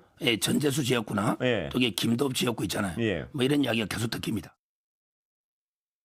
한동훈 전 대표의 거취가 이제 그만큼 관심이다. 본인이 지방선거는 안 나겠다는 얘기는 하고 있어요. 그러면은 이거 보궐선거에 관심이 있는 건가? 또 이게 정치권에서 그렇게 또 이어지잖아요. 뭐 그런 해석이 있습니다만 그에 대해서는 뭐 한 전 대표가 뚜렷하게 언급을 하고 있지는 않아요. 안 해요. 지금 아직 보궐선거 확정된 지역이 얼마 되지 않는 데다가 몇 개 보궐선거가 나올지도 아직까지는 좀 불확실하고 또 보궐선거 지역이 더 나온다 하더라도 한 전 대표로서는 가장 큰 관문이 당의 공천일 겁니다. 그렇겠죠. 근데 지난 전당대회 할 때 TV 토론 중에 그런 질문이 있었잖아요. 전환길, 한동훈 누굴 공천 줄 거냐. 전환길 씨를 공천 주겠다 이렇게 장동혁 대표가 얘기를 했어요. 그랬었나요? 그리고 지금 이제 뭐 당문감사위원회에서 한동훈 전 대표가 관련이 있다고 일컬어지는 당 게시판 문제 이걸 이제 곧 다룬다고 합니다. 그런 등등의 상황이나 또 한동훈 전 대표와 장동혁 대표 간의 관계 이런 걸 종합적으로 봤을 때 설사 보궐선거가 지역이 나오고 한동훈 전 대표가 출마 의사를 갖고 있고 상당한 경쟁력을 보인다 하더라도 과연 장동혁 대표가 한동훈 전 대표에게 그런 길을 열어줄까? 이게 의문입니다. 한동훈 전 대표가 상당히 경쟁력 있는 후보임에도 불구하고 당의 공천 과정에서 출마 자체를 원천 봉쇄한다. 그러면 당의 상당한 내분 일어날 수밖에 저는 없다고 보고요. 지난 어쨌든 뭐 전당대회 대선 이어가지고 또 한 번 국민의힘이 큰 내부 갈등에 휩싸일 텐데 장동혁 전 대표 앞서 그런 말씀하시더라고요. 건국전쟁 얘기하면서 네. 누가 됐건 간에 이길 수 있는 사람을 공천해야 된다 이렇게 또 주장을 해요. 네. 아니 물론 이제 선거에서 그건 굉장히 당위와 같은 명제입니다. 그러면 한동훈 전 대표가 그 이길 수 있는 사람이라면 앞서 본인이 했던 얘기로 본다면 공천을 주는 게 맞는데 그렇죠. 근데 과연 이제 그런 어떤 당위적 명제와 또 현실에서 한동훈 전 대표에 대한 공천이라는 문제를 장동혁 대표가 어떤 원칙을 가지고 풀어나갈지 지켜봐야 되는데 지금까지 장동혁 전 대표의 모습으로 봤을 때는 설령 재보궐선거 지역이 나오고 출마 의사가 있고 경쟁력이 있어도 공천을 주지 않을 것 같다라는 게 당 안팎의 대체적 관측이 아닌가 싶습니다. 네, 그런 얘기도 했어요. 확고한 신념이 없으면 승리가 의미가 없다는 얘기도 했어요, 장 대표. 그러면 아까 박정화 의원이 이거는 당 전체적으로 보고 판단할 문제라고 얘기를 하더라고요. 그렇죠. 그러니까 지금은 이제 선거가 조금은 남아 있지 않습니까? 내년 6월 선거이기 때문에 그러면 선거에 임박해지고 선거의 판세가 좀 드러나고 선거에서 이렇게 당은 정말 큰일 나겠다는 위기의식이 생기면 저는 당 내부에서부터 저는 자연스럽게 그 변화의 움직임이 있을 거라고 생각합니다. 아까 박정화 의원이 이야기했던 당내 재세력들이 서로 그런 요구들을 할 것이라고 말하는 게 저는 그런 맥락이라고 봅니다. 그러니까 지금 뭐 밖에서 이야기하는 뭐 이준석 대표도 이야기를 하고 또 유승민 의원도 움직인다고 이야기를 하고 한동훈 전 대표 좀 민심 경청로도 다니면서 활발한 활동하고 있고 오세훈 시장 계속 발언하고 있지 않습니까? 이런 분들이 결국 우리 당에선 중요한 정치적 자산인데 이분들을 도외시한 채로 그야말로 윤어게인과 전환길 씨 등에 엎쳐서 정말 강성 지지 세력의 그 내용만 가지고 장동혁 대표가 내년 지방선거 돌파할 수 있을까? 지금은 말을 그렇게 할 수 있으나 시기가 닥쳐서 선거에 임박하면 그렇게 할 경우에는 장동혁 당대표를 어느 지방선거 후보도 자기 지역구에 내려라고 말할 사람이 없어지게 된다니까요. 떨어지게 됐는데 무슨 뭐 대표가 무슨 상관이 있습니까? 그러니까 그때 되면은 지지율 조사, 여론조사 막 그럼요. 돌고 이러면 그거 실제로 보면은 생각이 이길 수 있는 바뀔 사람이 거죠. 제일 중요한 거죠. 근데 승리할 수 있는 라인업이 제일 중요한 거기 때문에 저는 그때 가서는 많은 우리 당내 세력들이 서로 차이는 뒤로 한 채로 하나로 저는 뭉쳐야 된다고 생각을 합니다. 그런 맥락에서 저는 아까 박정화 의원도 그런 그 기대를 갖고 있는 것이라고 생각하고 저도 개인적으로 볼 때는 국정감사 끝나고 정기 6개 끝날 즈음이면은 우리 당내에 이제는 본격적인 지방선거 승리를 위한 필요한 내용과 조치에 대해서 당내에서부터 저는 중요한 어떤 다이나믹스가 생기지 않을까 생각을 해봅니다. 그럼 앞서 나경원 의원이나 장동혁 대표가 그렇게 강경하게 얘기한 거는 이제 지방선거 깃발을 올리는 날이 순간이니까 좀 더 강하게 일부러 좀 강하게 얘기했다고 보세요? 좀 염두에 둘 것은 그 두 분 아까 나왔던 화면이 뭐냐면 엊그저께 있었던 광역의원 워크숍입니다. 그러니까 우리 당에 우리 광역의원들 모아놓고 하는 거예요. 그러니까 그런 소리 할 만하죠. 그러니까 거기에 만약 일반 대중들, 우리 일반 시민인데서 저런 이야기를 할 수 있겠습니까? 그러니까 그 장소가 갖는 특수한 분위기에서 나온 이야기라는 것도 감안을 해주시길 바랍니다. 알겠습니다. 그러면 이 방법은 어떨까 싶은데 이준석 대표가 어제 그제였나요? 장동혁 대표를 두둔하는 발언을 했었거든요. 그 부동산 문제 관련해서 이것이 오세훈 시장과 어떤 연결고리를 만드는 것 아니냐는 가능성도 나오고 있습니다. 영상을 한번 보겠습니다. 개혁신당과 합당이 됐든 선거연대가 됐든 어떤 형태로든 합심 협력해서 이 무도한 폭주기관차를 견제할 필요가 있겠다 하는 데는 지금도 생각에 변함이 없습니다. 오세훈 시장님과는 사실상 지난 2021년 보궐선거 때부터 우리는 인적 교류도 많고 서로 고민도 많이 얘기하고 결국 거의 하나의 팀처럼 항상 느낌이 든다 이런 말을 했거든요. 그래가지고 저는 폭넓고 뭐든지 얘기할 수 있다 이렇게 말씀드립니다. 요약하면 이렇게 구도가 되는 겁니다. 이준석 대표가 25일이네요. 뭐라고 얘기를 했냐. 부동산 가지고 이제 여야가 싸우고 있었죠. 벤틀리 타면서 경차, 중형차 타는 사람 공격하는 것이냐. 그러니까 장동혁 대표를 두둔하는 발언을 했어요. 오 시장 방금 보셨지만 개혁신당하고 연대하겠다는 얘기하고 있었고 장동혁 대표도 오세훈 시장을 이렇게 도와주고 있는 상황이에요. 이렇게 흐름이 가는 거 아니냐는 전망인데 박 의원께서는 어떻게 해요?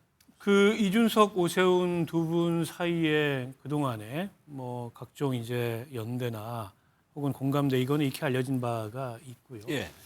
특히 이제 오세훈 시장으로서는 지금 국민의힘의 가장 유력한 내년 서울시장 후보인데 지난 대통령 선거에 이준석 대표가 전국 평균 득표율보다 서울에서 표를 더 많이 얻었어요.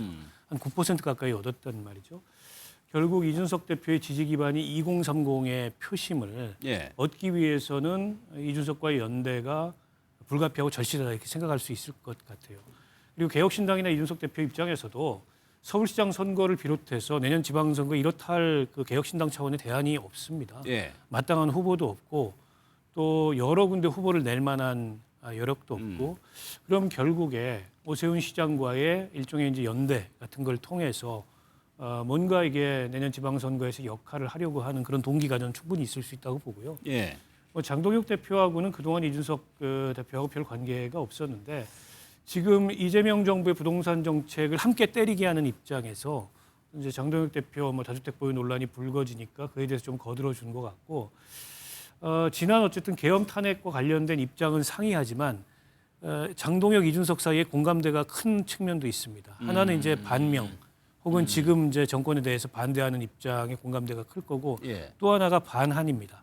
반한. 두 사람 다 반한동훈 이 공감의 폭이 넓기 때문에 이를테면 이준석 대표가 상대적으로 국민의힘에 비해서 이제 중도층에 가까운 그런 민심을 대변한다고 알려져 있는데 그 중도층 민심 대변에 있어서 어떻게 보면 이준석 대표가 한동훈 전 대표하고 손잡는 게 맞는 거 아니야? 이런 생각을 할 수도 있는데 일종의 이제 정치적 경쟁 관계로 느끼는 그럴 것 수 있죠. 같아요. 때문에 그 정치적 경쟁 관계에서의 삼국지는 장동혁 대표하고 연대를 하는 게 오히려 더 낫다 이런 판단을 할 수는 있죠. 그런 면에서 이게 이제 계엄이나 탄핵에 대한 입장은 상반되지만 반명 반한 입장의 공감대가 있기 때문에 그런 차원의 연대 가능성이 있을 수 있겠죠. 그러니까 이 가능성인데, 그러니까 유승민 전 의원, 한동훈 전 대표, 이준석 대표 비슷한 포지셔닝에 있는 세 사람. 그러면 국민의힘 지도부 장동혁 대표 입장에서는 한동훈 전 대표보다는 이준석 대표와 손잡는 것이 나은 거 아니냐 이런 가능성이거든요. 저는 그렇게 해석하는 건 좀 과도한 해석이라고 생각합니다. 특히 이제 박원순 의원이 말씀하신 반한이 같은 공통 입장이니까 뭉칠 수 있다는 이야기는요. 정치인이 개인적으로 불편한 사회라고 해서 자기랑 정체성과 노선이 완전히 다른 사람하고 손잡는 건 자멸의 길이라고 생각합니다. 그러니까 한동훈 대표하고 이준석 대표가 좀 껄끄럽다고 해서 그게 경쟁자 관계니까 껄끄러울 수도 있겠죠. 껄끄럽다고 해서 이준석 대표가 지금까지 걸어왔던 정치적 노선과 전혀 다른 윤 어게인에 얹혀있는 장동혁 대표랑 손을 잡겠다는 것은 죽으러 가는 길이죠. 저는 그건 좀 과도한 해석이라고 생각하고 여기는 간접적으로 그러니까 오세훈 시장을 통해서 이준석 대표와 오세훈 시장은 오래된 관계입니다. 오래된 관계고 노선이 또 동일하고 그리고 서로 서울시장 선거를 내년에 앞두고 저는 연대할 가능성이 충분히 있다고 생각합니다. 다만 이준석 대표가 장동혁 대표 부동산 6채를 민주당에 공격했을 때 장동혁 대표 편을 들어줬다고 그래서 그거 하나만으로 이준석 대표가 장동혁 대표랑 가까워지나 보다 생각하는 건 제가 볼 때 비약이죠. 그건 저도 어디 방송 가서 6채 공격했을 때 장동혁 대표 제가 옹호해 줍니다. 그러나 저와 장동혁 대표는 아직도 노선이 다르죠. 그건 구분해 봐야 된다고 생각하고요. 장동혁 대표, 오세훈 시장도 마찬가지예요. 같은 당 소속이고 최근 이재명 정부의 부동산 정책이 워낙 문제가 많기 때문에 부동산 정책에 대한 문제를 제기한 입장에서 당대표와 현직 서울시장이 같이 행사를 하고 같이 공감대를 표시하는 거기니까 저는 그 이상도 이하도 아직은 아니다라고 보는 것이 저는 맞다고 생각해요. 조금 더 봐야 되겠네요. 그럼요. 알겠습니다. 이렇게 구도가 또 어떻게 흘러갈지 이제 시작이니까요. 좀 더 살펴보도록 하고.